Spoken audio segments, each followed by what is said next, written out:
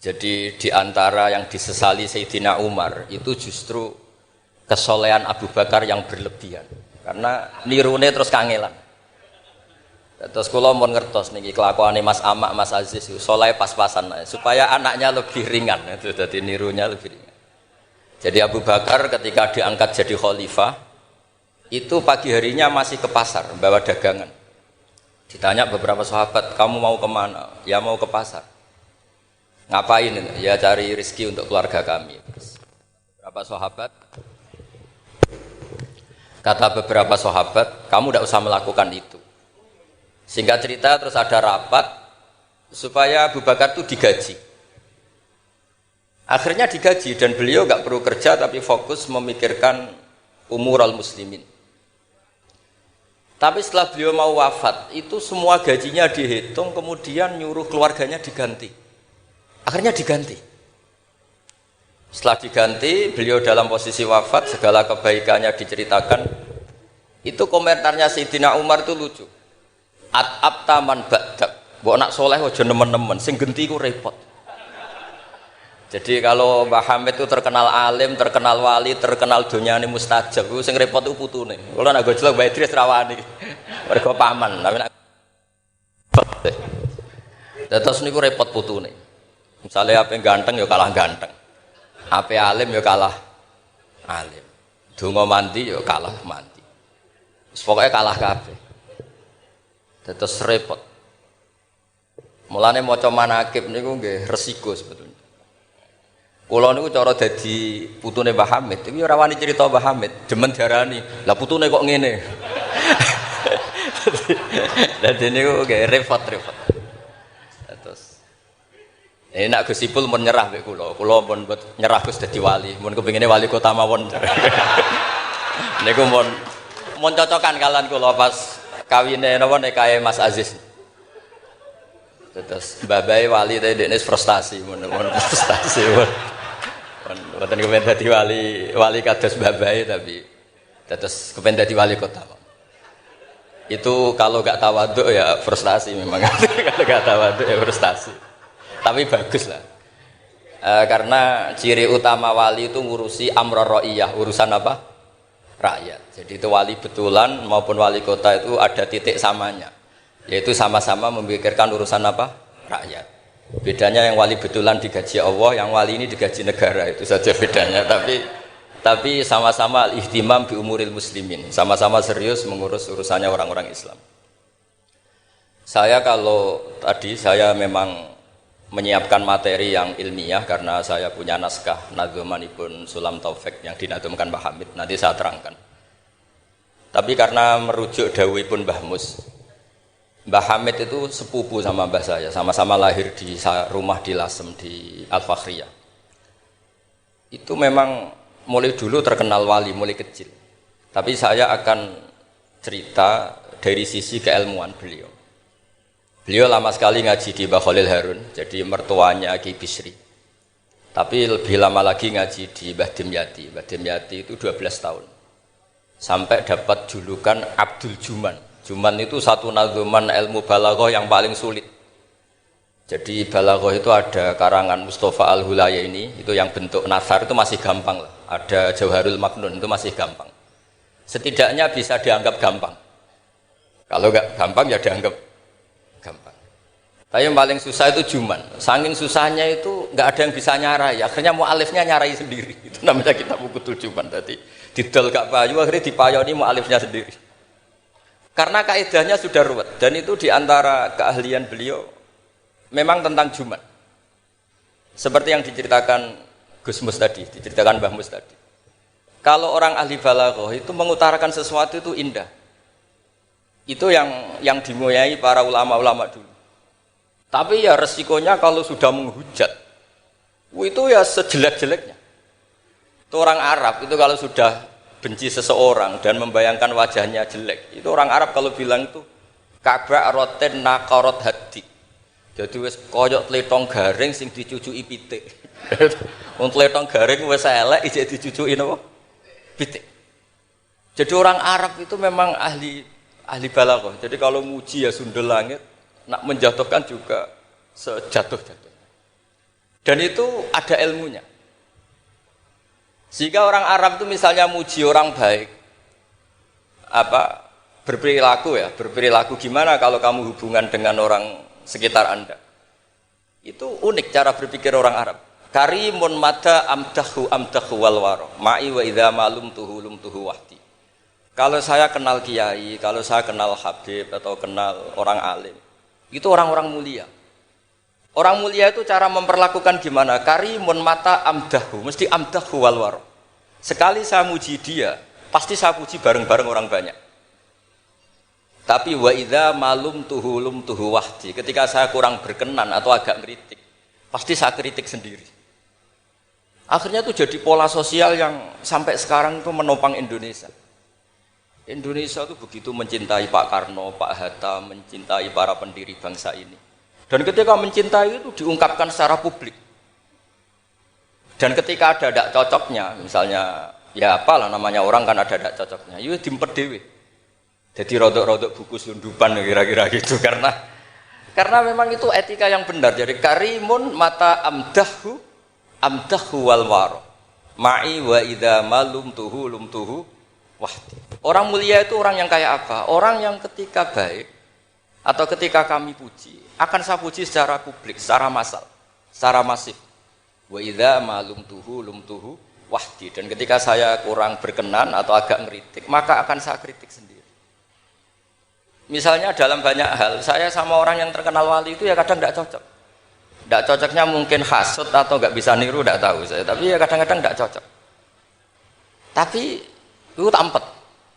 Nah, ini tak omongkan itu untuk cerita, bukan. Karena wali itu ya punya rival. Ada rivalitas wali itu ya ada. Ada dua wali besar yang saling tidak cocok. Satu itu wali kalau sakit itu muni waduh, pokoknya sakit. Ditiliki sama wali, sama-sama wali. Kamu itu wali kalau sakit kok waduh, wali model apa? Wali itu ya kayak saya, tidak pernah sambat. Gitu. Kalau sakit pun menengahi. Gitu. Terus justru itu masalah kamu di situ. Sok wali pakai perilaku wali. Justru saya seperti ini jadi wali karena koyok wong awam. Ini tawaduk saya. Gitu. Jadi ini dua wali besar, kucul-kucul kan. Maka kalau ada orang muni waduh anggapnya wali yang sedang tawaduk, meniru orang awam itu. Atau memang awam betul. Jadi wali itu ya kucul-kucul kan, ya saling tidak cocok. Maka masyhur dalam cerita Abu Yazid Al-Bustami, itu beliau GR sama Allah sampai tanya, ya Allah yang setingkat dengan saya itu siapa? Itu dijawab yang tidur dekat kamu itu, satu kamar tidur terus, hanya sholat fardu dia bangun. Padahal Abu Yazid itu tahajud, witir, apa saja dilakukan. Tanya sama Allah, kenapa ya Allah? Kamu itu ibadah serius sama saya itu kayak nganggap saya gimana gitu. Kalau kamu udah ibadah kayak mesti saya hukum. Kalau ini tidak, nganggap saya itu baik, terus ditinggal tidur. Jadi saya ini agak ya kalau ya tadi ingin jadi wali yang jalur-jalur gitulah, yang kayak gitu. Ya jalur-jalur gitulah. Ini bisa ditiru tapi kayaknya yang sudah dikasih saya itu jadi tidak semuanya bisa niru. Karena wali ilmu itu beda. Harus menjaga konstitusi ilmu. Jabir bin Abdullah itu tahu pakaian kalau orang sholat seperti ini. Pakai gamis yang terhormat, pakai baju yang sangat-sangat terhormat. Itu Jabir, ini termasuk minas sabiqin al-awwalin, sahabat Nabi yang luar biasa. Itu datang ke masjid, gamisnya dicopot, pecinya dicopot, terus tinggal satu sarung, akidan torofaihi ala atikihi. Ini cerita itu ada di Bukhari, di bab Kitabul Ilm. Zaman kalau tentang saya berarti tentang Bukhari, karena ini ada di kitab Bukhari. Kalau nggak percaya dicek, kalau nggak ketemu berarti tidak pernah mutolaah, bukan salah saya. Semuanya ditanggalkan kecuali sarung satu, terus akidan torofai izarihi ala atiki, ditangkang begini aja. Terus beliau ngendikan sama tabiin, kamu supaya tahu bahwa adnal aurah, standar nutupi aurat seperti ini. Jangan sampai karena sampean semua berpakaian ala akmalil siap, pakaian sempurna, kemudian nanti dikira bahwa syarat sahnya sholat itu seperti itu. Itu bahaya. Orang di Indomaret sholat harus berpakaian begitu, nanti yang sedang kernet harus begitu, itu berat bagi umatnya Nabi. Barokahnya itu terus orang tahu bahwa syarat sahnya nutupi aurat di sholat ya seperti itu. Akhirnya ditemukan oleh tabiin dan seterusnya bahwa auratul rajul ma baina surrah barokah. Andai kan tidak ada perilaku Jabir seperti ini, maka sholat seperti pakaian ini menjadi syarat sah. Dan itu ribet kan? Orang yang sedang celananan harus sarungan dulu, yang sedang pakai kaos harus pakai jubah dulu, padahal dia kernet misalnya, kan repot. Jadi wali jalur ulama itu memang agak aneh. Makanya ya jangan ditiru lah, kalau tidak ulama jangan ditiru. Makanya saya itu ya kadang-kadang pura-pura ada dengar itu kalau ada cerita-cerita wali-wali yang khusuk-khusuk, yang ibadah berat-berat itu saya tidak siap dengar. Saya lebih siap dengar begini, Mu'ad itu ngimami sholat, bacanya kepanjangan. Alhamdulillah ditegur Nabi, kalau ngimami jangan panjang-panjang. Itu saja yang saya hafalin yang model gitu. Andai kan Nabi hidup di zaman akhir, nggak perlu negur karena sudah kulhu semua. Berarti sampean kulhu dalam rencana Nabi gitu, karena sudah ada panjang-panjang. Tapi yang menjadi ditegur mungkin kok jadinya kulhu itu, kulhu terus itu. Jadi sebetulnya untuk menjadi wali itu ada banyak hal. Ada wali penjaga konstitusi ilmu. Sehingga kata Imam Nawawi, Tofa Rasulullah sallallahu alaihi wasallam raqiban wa yatufu ashabuhu musyatan. Nabi itu tawaf itu justru berkendara, naik unta. Padahal semua sahabat tawafnya itu jalan kaki. Kata Imam Nawawi, Nabi yang tawaf berkendara itu afdolu wa afdolu bi alfi darajatin dibanding tawafnya sahabat yang jalan kaki. Meskipun secara kaidah al-ajur bi qadrit tak. Karena Nabi andaikan tidak tawaf raqiban maka akan dikira syarat-syaratnya tawaf itu harus jalan. Dan itu kita kebingungan ketika harus tawaf pakai kursi roda, pakai kursi dorong. Tapi barokahnya Nabi tawafa raqiban maka akan ada konstitusi baru bahwa tidak menjadi syarat sahnya tawaf harus masyian, tapi sah secara raqiban. Jadi wali itu ya macam-macam. Sehingga kitab Sulam Taufik yang dikarang oleh Habib Alim Al-Alamah Abdullah bin Husain bin Thohir itu dikarang seorang Habib Alim Al-Alamah wali abdal.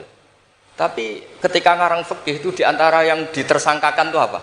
Ijabu malam yajib, mewajibkan sesuatu yang tidak wajib. Saya ini didikan Mbah Maimun, didikan bapak. Kalau Mbah Mun ngeluh gitu. Aku sakjane ya kepengen hak santriku tirakat terus apalah. Tapi tirakat itu gak wajib. Engko nak ijabu malam yajib ra aku dosa. Akhirnya keterusan kula mboten entah ketirakat. Jadi sing bagi yang tidak tirakat anggap ae nglakoni apa? Tidak boleh mewajibkan sesuatu yang tidak wajib. Sampeyan ndak boleh bilang santriku wajib puasa Senin Kamis. Wong jare kitab sunat kok mbok arani wajib. Tapi resikonya nanti santri merata puasa Senin Kamis, mergo mbok arani sunat terus. Resiko mana? Tapi apapun itu ini ilmu. Sehingga kata Ibnu Hajar Al-Asqalani, dan ini kebetulan banyak yang niru tapi kita cukup punya argumentasi untuk tidak niru. Nabi itu sama sih ingat dawe Mbah Mun. Wong lakoni kitab ya aja nemen-nemen. Nak nemen-nemen kok kowe ya kaya wong-wong iku. Gak berusaha sebut lah, ini sensitif. Wong-wong iku siapa kamu tahu? Nabi itu kalau habis sholat, karena Rasulullah Shallallahu Alaihi Wasallam idan sorofa min sholatihi akbala alal hadirin atau alal musallin. Jadi Nabi setelah sholat, kalau beliau menghadap kiblat, setelah itu menghadap kemana? Ke timur, karena akbala alal hadirin. Tapi para syurrahul hadis, para syurrahul Bukhari itu menafsirkan itu tidak harus menghadap ke timur. Itu adalah bentuk maklumat dari Nabi bahwa imam setelah sholatnya selesai harus mengatakan sesuatu atau melakukan sesuatu apa saja untuk memaklumatkan kalau sholatnya sudah apa? Selesai. Kenapa itu harus demikian? Kata Imam Bukhari, kata Surahul Bukhari, orang itu berjalan 3 kilo, 7 kilo demi menangi Nabi itu jadi makmum. Bayangkan kalau Nabi tetap menghadap kiblat dengan posisi kayak tawarruk lungguh tahiyat akhir, nanti Nabi dikira masih sholat. Dan kalau orang itu takbir Allahu Akbar terus ikut duduk, sholatnya sah apa tidak sah? Tidak sah, karena dia menggantungkan sholat dengan orang yang sudah tidak sholat. Itu bahaya, secara fikih seperti itu udah bahaya. Karena irtibatus sholat biman laisa fi sholatin, dia menggantungkan sholat dengan orang yang sudah tidak sholat. Dan itu secara fikih bahaya, maksudnya bahaya dianggap gak sah. Untuk memaklumatkan itu maka Nabi menghadap ke timur kalau dalam konteks Indonesia, supaya mereka tahu kalau Nabi sudah tidak sholat. Nah, kiai-kiai Jawa pinter, penggantinya kalau madhep timur kok sawangane apa ngandani, akhirnya madhep ngalor. Ini sudah kompromi politik, ini sudah ada ngadep ngetan tapi madhep ngalor. Ada yang nggak madhep ngetan, nggak madhep ngalor tapi astagfirullahaladzim, astagfirullah. Sementing jangan tunjukkan dengan rokokan. Nah, itu nggak boleh. Jadi makanya nggak boleh membuang ilmunya ulama. Karena dengan penjelasan seperti itu sebenarnya yang paling pokok adalah pemakluman bahwa sholat ini sudah selesai, sehingga yang datang tidak menjadi makmum. Karena sekali yang datang posisi makmum itu nanti dia menggantungkan sholat dengan orang yang sudah tidak sholat. Kayak apa guru-guru kita? Dan itu bisa dipelajari dari kitab-kitab kesayanganipun Mbah Hamid. Saya dengan beliau kalau pakai keluarga, beliau sepupu mbah saya, kalau pakai sanad guru ya misalnya saya sering ngaji sekali sama Mbah Maimun. Mbah Mun bisa lewat Mbah Zubair dulu ngaji Kiai Fakih Mas Kumambang yang di Gresik itu. Kiai Fakih ini ngaji sama Kiai Mahfud Termas.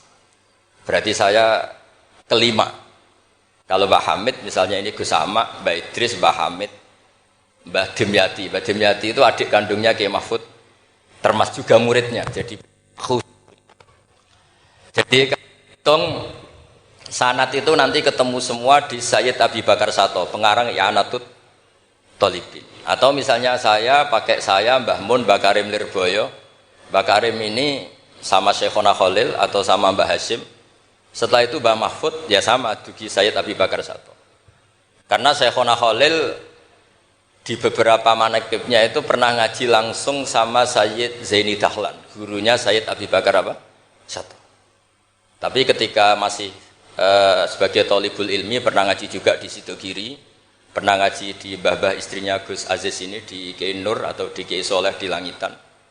Jadi kesanatan guru kita ini sama. Di antara aturannya adalah tadi, konstitusi ilmu itu harus dijaga. Karena kalau nggak dijaga itu umat akan ngira itu aturan baku, dan itu bahaya. Bahaya sekali, bukan sekedar bahaya tapi bahaya sekali. Sehingga Sayyid Abdullah bin Husain bin Thohir dalam Sulam Taufik itu di antara pantangannya ahlul ilmi itu ijabu malam yajib, mewajibkan sesuatu yang tidak wajib.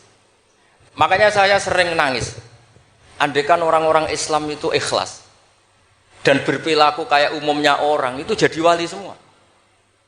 Karena yang qobliyah terus ya baik, yang ba'diyah terus baik, yang tahajud witir ya baik. Tapi bayangkan misalnya ada orang mau masuk Islam, kebetulan sing didelok orang seperti itu, ora sida Islam kira-kira. Duha 8 rakaat. Salat duha itu paling afdal kan 8. Duhur qobliyahnya 4, ba'diyahnya 4. Asar qobliyah, ba'diyahnya goblok kalau asar. Bukan dipuji karena salah. Maghrib sholat awabin sampai isya. Isya itu witir itu sebetulnya 11 rakaat. Ditambah ba'diyah isya berarti 13 rakaat. Iku kira-kira sing apik Islam ora sida, mergo wegah salate. Tapi baru kayak wong Islam sing ra saleh-saleh, salate pas pendak maktubah. Wah ketoke Islam kok gampang. Ijek rokokan, bareng komat pateni melok salat. Bar salam balik nang rokoke dirokok. Ya sudah gitu sampai mati gitu. Kok penak, ternyata Islam itu tidak berat. Itu juga ada sanadnya. Ada seorang Arabi tanya, "Ya Rasulullah, Islam itu apa?" Khamsu shalawatin. Terus dia tanya, "Hal alayya ghairuha ya Rasulullah?" Qala la illa anta tawwa. Gak isiku tok pas. Sampai 5 rukun Islam dijawab. Dan si Bedui ini bilang apa? Wallahi la azidu ala dzalika wala angkus. Saya demi Allah, tidak akan saya kurangi, tidak akan saya tambahi. Pas ya Rasulullah. Tapi niki Islami Bedui loh, sampean nak niru nggih monggo. Tapi apa kata Nabi? Man sarrahu ayyangdzura ila ahlil jannah falyangdzur ila hadza. Siapa yang suka melihat ahli surga, lihat orang ini. Orang yang sudah bersumpah tidak akan menambah ibadahnya sama sekali. Kamu tidak boleh niru itu. Tidak usah saya larang juga sudah sebagian begitu. Tapi itu barokahnya luar biasa. Di kitab Majmu' sarahnya Muhadzab itu. Setiap ada ulama yang mengatakan witir itu wajib. Ada juga ulama yang mengatakan witir itu wajib. Itu langsung wa hadza batilun li hadisil a'rabi. Pendapat itu jelas salah li hadisil a'rabi. Karena ada hadis a'rabi jelas tanya Nabi, hal alayya ghairuha ya Rasulullah, di luar 5 waktu itu apa ada yang wajib? Qala la. Jadi barokahnya Bedui ini. Setiap ada ide witir wajib, tahajud wajib, pernah ada ide-ide itu ya ada. Itu langsung wahada batilun di hadisil Arab. Ketika era Imam Malik, beliau mengarang Muwatta. Ini sebagai bentuk penghormatan saya sama Mbah Hamid. Karena kalau beliau terkenal wali itu tidak usah saya terkenalkan. Saya akan mengikuti Mbah Mus tadi. Sisi belatapa beliau seorang alim alama, seorang ahli balaghah. Nanti saya baca, saya juga bawa manaqibnya beliau. Ketika Imam Malik mengarang Muwatta, itu di teks Muwatta itu ada kalimat begini, ghuslul jum'ati, ada yang baca ghuslul jum'ati wajibun ala kulli muhtalimin. Mandi Jumat itu wajib bagi setiap yang sudah akil balik. Al witru haqqun wajibun ala kulli muslimin. Itu Imam Malik langsung nyusuli, laisa huwa kama tarawuna. Makna wajib di situ bukan seperti yang kamu bayangkan. Jadi tidak wajib kalau ditinggal enggak mandi terus enggak apa? Sah. Lagi-lagi jawabannya apa? Li hadisil a'rabi. Nah, ini juga harus ada yang menjaga konstitusi seperti ini. Sehingga kata Sayyid Zabidi, pengarang kitab Ithaf itu. Kalau kita sampai Ithaf ya hitung saja. Setelah Mbah Mahfud ini punya abah alim alamah namanya Abdullah. Abdullah punya abah alim alamah namanya Abdul Mannan. Abdul Mannan ini awwaluman lazama Sayyid Zabidi sahibul Ithaf di Mesir. Jadi Abdul Manan ini yang ditulis di kedutaan Mesir, orang Indonesia pertama yang sebagai ulama di Mesir. Beliau ngaji mulazamah sama sahibu Syarhil Ikhya. Gini beliau mulazamah kalian sengarang Ithafus Sadat Al-Muttaqin, namanya Sayyid Murtado Az-Zabidi. Terus pokoknya sanad Indonesia itu top. Stop pokoknya. Jadi kalau Mbah Hamid ya tinggal gitu saja, Mbah Hamid, Mbah Dimyati, Mbah Mahfud, Mbah Abdullah, Mbah Abdul Manan, terus ke Syarihul Ikhya Sayyid Murtado siapa? Az-Zabidi. Itu kata Sayyid Murtado Az-Zabidi ketika muji tadi. Muji ilmu. Saya ulang lagi apa? Muji apa? Ilmu. Konstitusi ini harus dijaga. Apapun tidak cocoknya kita. Kadang-kadang kita sebagai orang alim itu kan kalau seneng tirakat, santrinya wajib tirakat. Sira seneng tirakat, santrinya ora oleh tirakat. Itu tidak boleh seperti itu. Yang seneng nggih monggo tapi jangan sampai mewajibkan. Yang enggak seneng yo tirakat ben sekali-kali nglawan nafsunya gitu. Wong kok menuruti. Kula niku masih ngeten nggih sering tirakat tapi sampean ra perlu tak kandhani. Kula ya kepengin ikhlas ora riya dadi. Dadi sampean ra oleh gugat kula, Gus ora tau tirakat. Ya misale tirakat ora tak kandhani sampean. Sing jelas termasuk tirakat kula niku ora diundang wong kang elan kecuali pernah sepuh. Iki nek agak diregani ya kebangetan gitu. Dadi sing ngundang kula ora pernah sepuh ya kebangetan. Enggak tahu diri ini. Karuan ra oleh kok dilanggar wae. Di kitab Jam'ul Jawami', di kitab-kitab itu, konstitusi ilmu itu dijaga. Sehingga sekali kitab itu diutarakan orang alim alama. Saya yang merasa utang jasa sama Sayyid Zabidi itu satu. Yang paling saya ingat itu satu. Allahumma sholli ala Sayyidina Muhammad atau ala abdika rasulika Muhammad. Itu beliau mengurai. Wah itu luar biasa. Di antara urainya begini. Nabi Muhammad SAW itu melakukan apa saja termasuk yang paling basyariah itu adalah luar biasa. Asal jangan bayangkan Nabi itu macam-macam kok sampean terus rokokan, tidak akan. Andai kan Nabi misalnya dahar gedang goreng di depan umum, Nabi itu kalau dahar di depan umum itu luar biasa. Kenapa luar biasa? Nabi itu jadi Nabi setelah Nabi Isa yang dituhankan. Sehingga Nabi harus sesering mungkin memperlihatkan al-a'rad al-basyariyah. Beliau harus menunjukkan bahwa beliau adalah seorang manusia.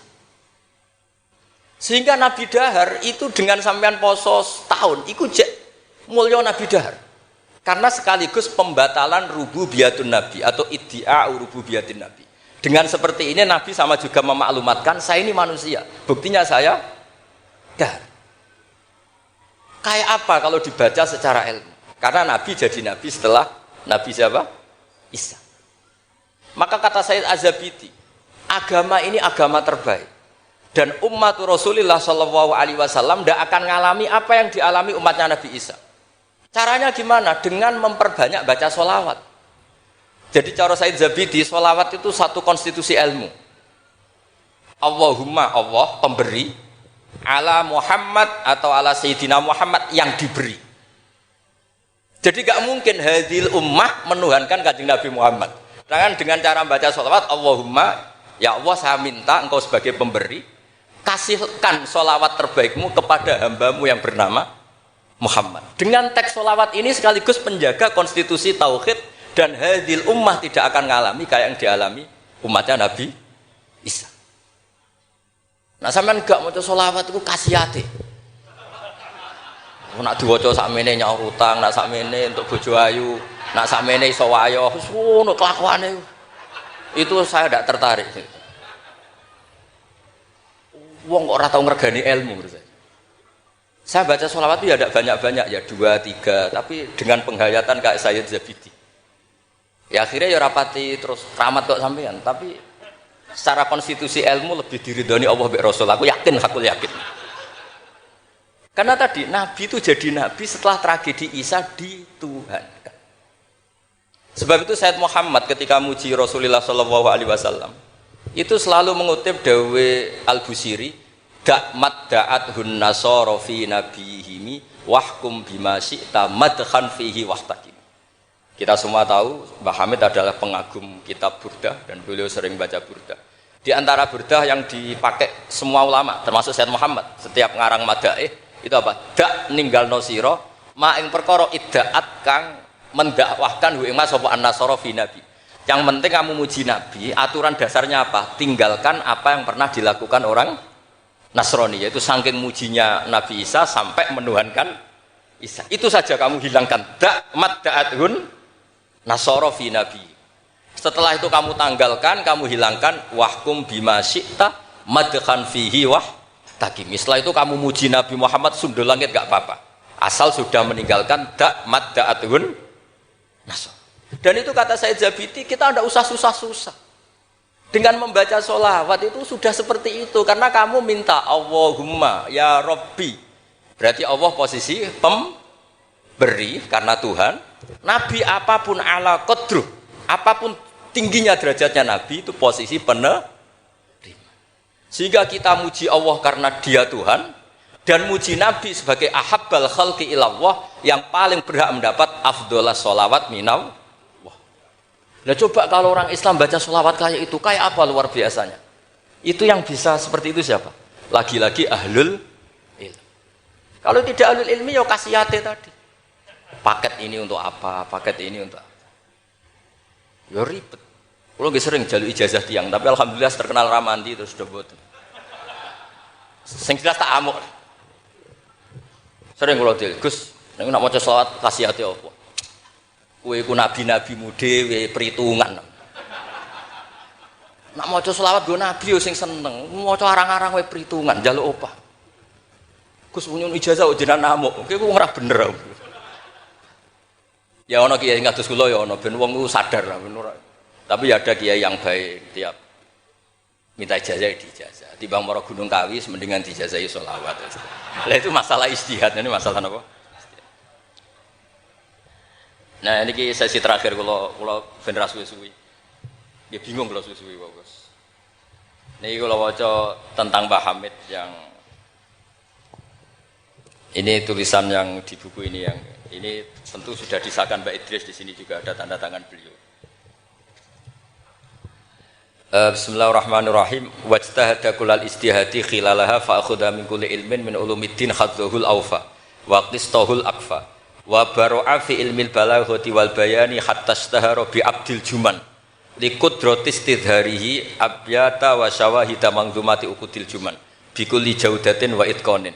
Wa uyina akhiran mudiran wa umdatan lil ma'had wa mudiran idaratil madrasah allati unsiat di awali maratin lil ma'had.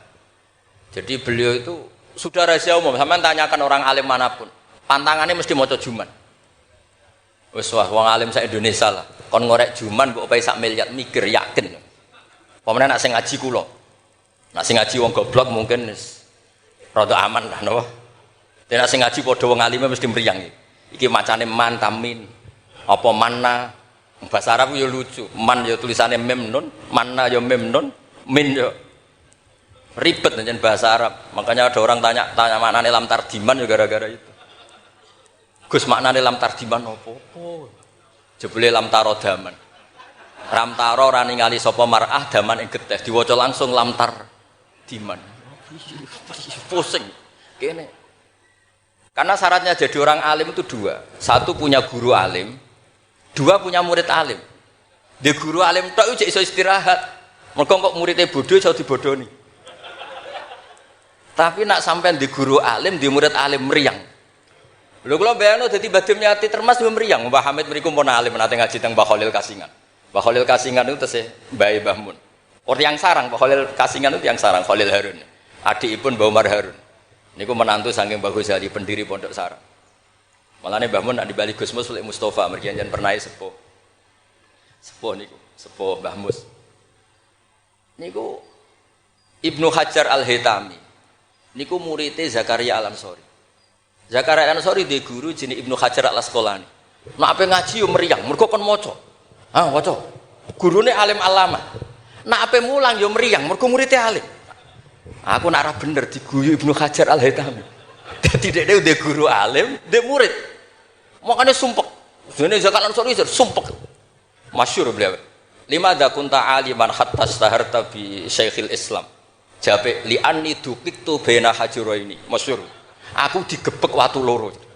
Ya aku nak ngaji yo sumpek perkara di guru alim alamah. Nak ape mulang yo sumpek mergo di murid alim alamah. Ya meriang. Jadi akhirnya yo nak ngaji yo mutolaah, nak ape mulang yo mutolaah. Mergo muridnya pinter. Zaman itu terkenal Ibnu Hajar Al-Haytami, alim alamah. Wong karangane luwih akeh dibanding gurune. Jadi mulane di murid ora alim ya barokah maksudnya sampean kuwi. Dadi aja men ngeluh murid kok uga alim-alim, iku Allah sudah nyediakan berkah. Nek muridmu alim iku meriang. Mulane sing syukur sing syukur urip sing syukur ora usah bayangno sing aneh-aneh. Gus kula men di murid sing alim-alim. Allah ndak menyediakan itu. Nek iku nyata iku ribet. Mulane donga dikira-kira. Donga sekali ra bener iku mari trauma. Kalau soal balik cerita, Hikam itu termasuk orang yang enggak pati suka kalau orang berlebihan berdoa karena beliau cerita, ono wali tukang hamal itu tukang manol, dia dapat uang kalau kerja di pasar tukang angkut barang. Setelah punya uang, coro sekarang 10.000 pulang terus ibadah. Karena dia enggak ingin kaya, wong wali kok uben juga ya wali aneh. Tapi nak wali kok ora sugih itu ya aneh juga. Karena nak kepen sugih berarti toma. Nak gak sugih berarti rapati durusi pangeran. Padahal waqat qala ta'ala lidunya ukhdumi man khodamani. Ana sing maca ikhdami man khodamani. Kalau tak waca loro ben ketok isane ngaji, mergo guru. Kula niku ya ribet. Kula niku mboten pamer alim mboten. Justru kula ngetokno alim ngergani guru-guruku. Nak kula ora ngetokno alim kan wong murid Mbah Mun kok ngono. Dadi kula niku ya rada sombong tapi niate sae. Kan yo Gus Idris isin misale ponakan kok gobloke ngono. Dadi niki kesawangane sombong tapi niate adab. Mboten niki jujur mawon. Dadi kadang wong sawangane sombong hakikate iku adab. Cara bapak ngoten. Dadi wong iku sawangane sombong tapi apik. Ya mergo wae saking tahadus bin. Wong nak wali tenan mesti Allah dawuhna ning donya ukhdumi man khodamani atau ikhdami man khodamani. Wong sing ngurusi aku iku urusi. Makanya mesti atat dunya wa hiya rahimah. Wong wali iku mesti donya teko meskipun dia ndak seneng. Lane sing nawani mobil Mercy kayak Hamid zaman iku Mercy mewah-mewah mobil nggih kuat. Ya ora pati ana cerita butuh difatihai untuk punya mobil. Dan Mbak Bisri ya luar biasa masih kanca ngakoni nek dongane Pak Hamid. Mantap. Meskipun ya sering bodoni Pak Hamid Ki Bisri, masyhur ceritanya. Ki Bisri nanti diundang teng mriki mboten disangoni Mbak Ki Hamid. Umur kok kanca. Wis dah aku rambut sangoni klambimu tak pek. Bareng dipek dibeto teng Kasing teng Rembang mriku didol mbek mukhibine Mbah Hamid. Payune luwih larang timbang hargamu balek. Zaman itu misalnya umumnya balek dipangoni 1,5 juta, itu payu 3 juta. Yo gak ana cerita ngoten enten WA Ki Bisri kalian Ki Hamid atau WA-an. Bareng Ki Bisri sowan mriki, susuke Kang. Dadi dhisik wali ya rileks guyon santai. Dadi singkat cerita niki hamal niki ndonga ya Allah kula niku wali, mau kepengin mangan sak piring kok dadi hamal. Kula niku sukani rezeki sing ora usah kerja. Walhasil beliau itu udhuiyah sarikon di dakwah dia mencuri terus di penjara untuk jatah mangan tiap hari untuk jatah mangan. Gusti kenapa harus penjara? Kan kamu minta rezeki tanpa kerja. Gak iso sampai pangeran ralat doa mboten saged. Mulane ndonga niku aja ya sing ana sunah Rasul. Mergo nek sekali keliru niku ribet. Mulane kula nate wonten tiyang melarat wedok. Elek kebetulan niku rayu. Yo ndongakno Gus, ndongakno bojo kula niku sugih. Aku ya tak jawab. Sampean siap nak bojomu sugih? Maksudnya nak sugih iku mesti pertama digenti ku omah. Bariku mobil. Bariku mesti dievaluasi ku sampean. Omah wis apik, mobil wis apik, mau karek sitok. Kok penumpangnya ngene. Akhirnya mun Gus Rafsa. Dadi donga iku ya kudu dipikir. Lho coba setelah potongan wong lanang wis padha wae lah susu. Coba ketika omahe mewah, mobilnya mewah misalnya Alphard.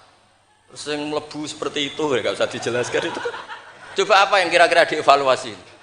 Rumah sudah diganti, mobil yang kira-kira diganti apa coba? Sakit, mboten Gus naoten mboten sabar. Jadi kula berkali-kali membatalkan doa. Karena timbang donga ketok ra mandine atau ya sudah seperti itu. Niku nggih trik niku, ketularan gosipul politik niku. Itu sangat politik.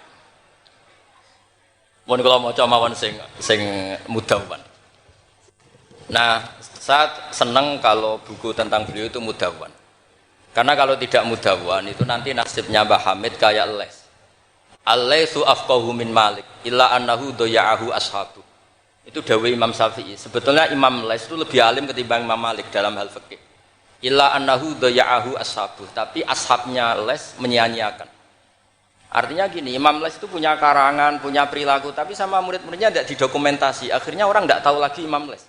Padahal itu rival debatnya Imam Malik. Makanya penting bagi ini ada Gus Sama, ada Mas Aziz supaya mengabadikan tulisan-tulisan Mbah Hamid termasuk Nadzuman Sulam Taufik. Karena bikin nadzuman itu tidak gampang. Dari kata nasar prosa dinazumkan itu kan butuh keahlian. Karena nadzuman itu harus notnya sama, akhirannya sama. Mengganti kalimat yang prosa itu kan tidak gampang. Ini sudah saya cek karena saya tiap hari juga baca Sulam Taufik. Itu sama sekali nggak ada yang dibuang dari kata aslinya. Kata aslinya yang di Sulam apa? Taufik. Jadi seni bikin nadzuman itu ya tidak gampang. Misalnya begini, saya beri contoh yang terkenal. Kenapa saya milih yang terkenal supaya lebih gampang? Zaman Sayyidina Ali karramallahu wajah masih sugeng itu ngendikan begini. Yaqsimu dhuhri, ada riwayat qasama dhuhri rajulani. Abidun jahilun wa alimun fasikun. Yang merusak Islam itu hanya orang dua. Orang abid tapi bodoh, orang alim tapi fasik. Itu ulama dulu segampang ini membuat padanan itu dan maknanya sama. Fasadun kabirun alimun mutahatiku wa akbaru minhu jahilun mutanassiku. Kerusakan besar kalau ada orang alim yang fasik. Tapi lebih rusak lagi kalau ada orang bodoh ahli ibadah. Itu I'anatul Thalibin, Said Abi Bakar Sato, gurunya Mbah Mahfud. Berarti Mbah Hamid, Mbah Dimyati, Mbah Mahfud, Said Abi Bakar apa? Sato. Berarti guru keempat. Itu punya cerita. Kenapa orang alim yang fasik afdalu min jahilin mutanassik atau min jahilin abidin? Terus dua orang ini berdebat. Ya apik wong bodoh lah, piye-piye ahli ibadah. Tetap apik, mula wong alim tapi fasik. Dua orang ini akhirnya sepakat. Marani wong bodoh sih. Marani wong bodoh ya pasti ibadah jenenge wong bodoh. ibadah. Dua orang ini ya rada kurang ajar wong loro. Ya fulan ana rabbuka, aku iki pangeranmu. Seneng aku kowe nyembah aku terus. Tapi mulai saiki wis tak bebasno. Sesuk-sesuk ora ibadah apa-apa, wis tak ridani. Kowe langsung muni hore sesuk wis bebas. Saking bodhone. Umpama dekne ngaji kan ngerti. Sautullah harfu iku Allah nak ngendikan gak nganggo sautun ka sautil adam. Umpama dekne tau ngaji kan Allah iku mukhalafatul. Ora mungkin Allah kok diswara kaya ngono iku ora mungkin. Tapi matur nuwun Gusti, matur nuwun Gusti. Mulai sesuk kula mun mboten salat malih. Menang sing sitok delok bodho. Wis, akhirnya golek wong alim sing fasik. Delok pas mabuk jenenge fasik. Mabuke jenenge masjid bisa. Wong alim piye-piye dhewe bau-bau masjid. Mabuk ning masjid. Seneng sing sitok. Wah, satu-satu berarti mergo sing mau bodho, sing sitok mabuk. Seneng sing dia pendapat ya apik wong abid sing bodho timbang alim fasik. Mergo pas mabuk. Oleh muni ya padha kok pager. Ya fulan. Ama tastahi minni ana rabbuka. Mbok wong diisin to ambek aku iki pangeran ndelok kowe kok amen mabuk. Si wong alim masih mabuk iki jadi sisa-sisa alime. Golek pedang. Ya fulan ulimukal ana rabbak. He fulan tak ulang pangeranku sapa? Ono pangeran kok nyuwara. Dibedak. Artinya dekne jek memenuhi definisi ilmu nak Allah mukhalafatul lil hawadis. Wis mabuk lho cek waras. Ya maksudnya nak iso ya aja bodoh aja ngono maksudnya nak iso. Tapi ini kalau cerita tentang Mas Sama, tentang Mas Aziz ini mas-mas kula sedanten. Ndak gampang. Jangan kira terus ini hanya nukil, enggak gampang. Dari lafat apa nasar, prosa, kemudian menjadi apa? Nadzuman kayak tadi dari qasama dhuhri rajulani. Terus diganti apa fasadun kabirun alimun mutahatiku wa akbaru minhu jahilun mutanasi. Ini saya beri contoh ya. Tak beri contoh. Mari sampean dorang tidak semuanya ngaji sulam taufik. Nah, kalau ngaji terus radi ngertos dari teks aslinya. Misalnya begini ya, ini yang hatmun alal mukallafid dukhulu fi dinina jaa bihi rasulu ma'a subuti fihi bidawami wa akhdhi lazimin la ahkami. Ini kan persis teks di aslinya. Sampean siapapun yang ngaji sulam taufik pasti tahu. Terus kada kafis sifati wal af'ali subhanahu an al-sunil juhali. Ini mengganti ta'ala amma yaquluna uluwan kabira. Ursila rahmatan ilal makhluqi turran wal ma'rufu bil masduqi. Ini berarti pengganti kata rahmatan lil alamin. Terus ini yang yalzamu kullu muslimin ayyamna'a islamahu wa saunu amma qata'a min qaulin aw fi'lin aw i'tiqadi wa walladhi yatuna birtidati. Ini kan waqat fasha tasahulul kalami fi zamani mukhrijil islami. Itu kan di apa? Di kitab Sulam Taufik memang kalimatnya seperti itu. Wa yaksuru fi hadzal zaman at-tasahul fil kalam begini sampai keluar dari mereka kalamun sing mengeluarkan mereka dari napa Islam. Terus di sini diganti waqat fasha tasahulul kalami fi zamani mukhrijil islami wala yaruna dzaka dzamban fatla angkauni dzakal fi'li kufron asla. Itu kan meskipun kamu hanya dengar itu persis seperti kata nasarnya. Tapi oleh Mbah Hamid digubah, monggo Mbah Firdaus, sedemikian supaya menjadi nadzuman yang mudah dihafal. Jadi itu butuh malakah. Nah, kenapa beliau punya malakah itu? Karena ketika ditermas di antara kitab yang beliau kaji itu adalah Uqudul Juman sampai punya gelar Abdul Juman. Jadi saking mulazamahnya kayak kamu kalau suka uang itu kalau orang Arab bilang abdud dinar. Makanya Nabi kalau ngeritik tak isa abdud dinar, tak isa abdud dirham. Jadi kalau orang menekuni sesuatu itu disebut apa? Abdul. Itu dulu Kiai Hamid ditermas sampai punya gelar Abdul Juman. Saya kira ngoten nggih mun niki mun masyhur sedanten. Assalamualaikum warahmatullahi wabarakatuh.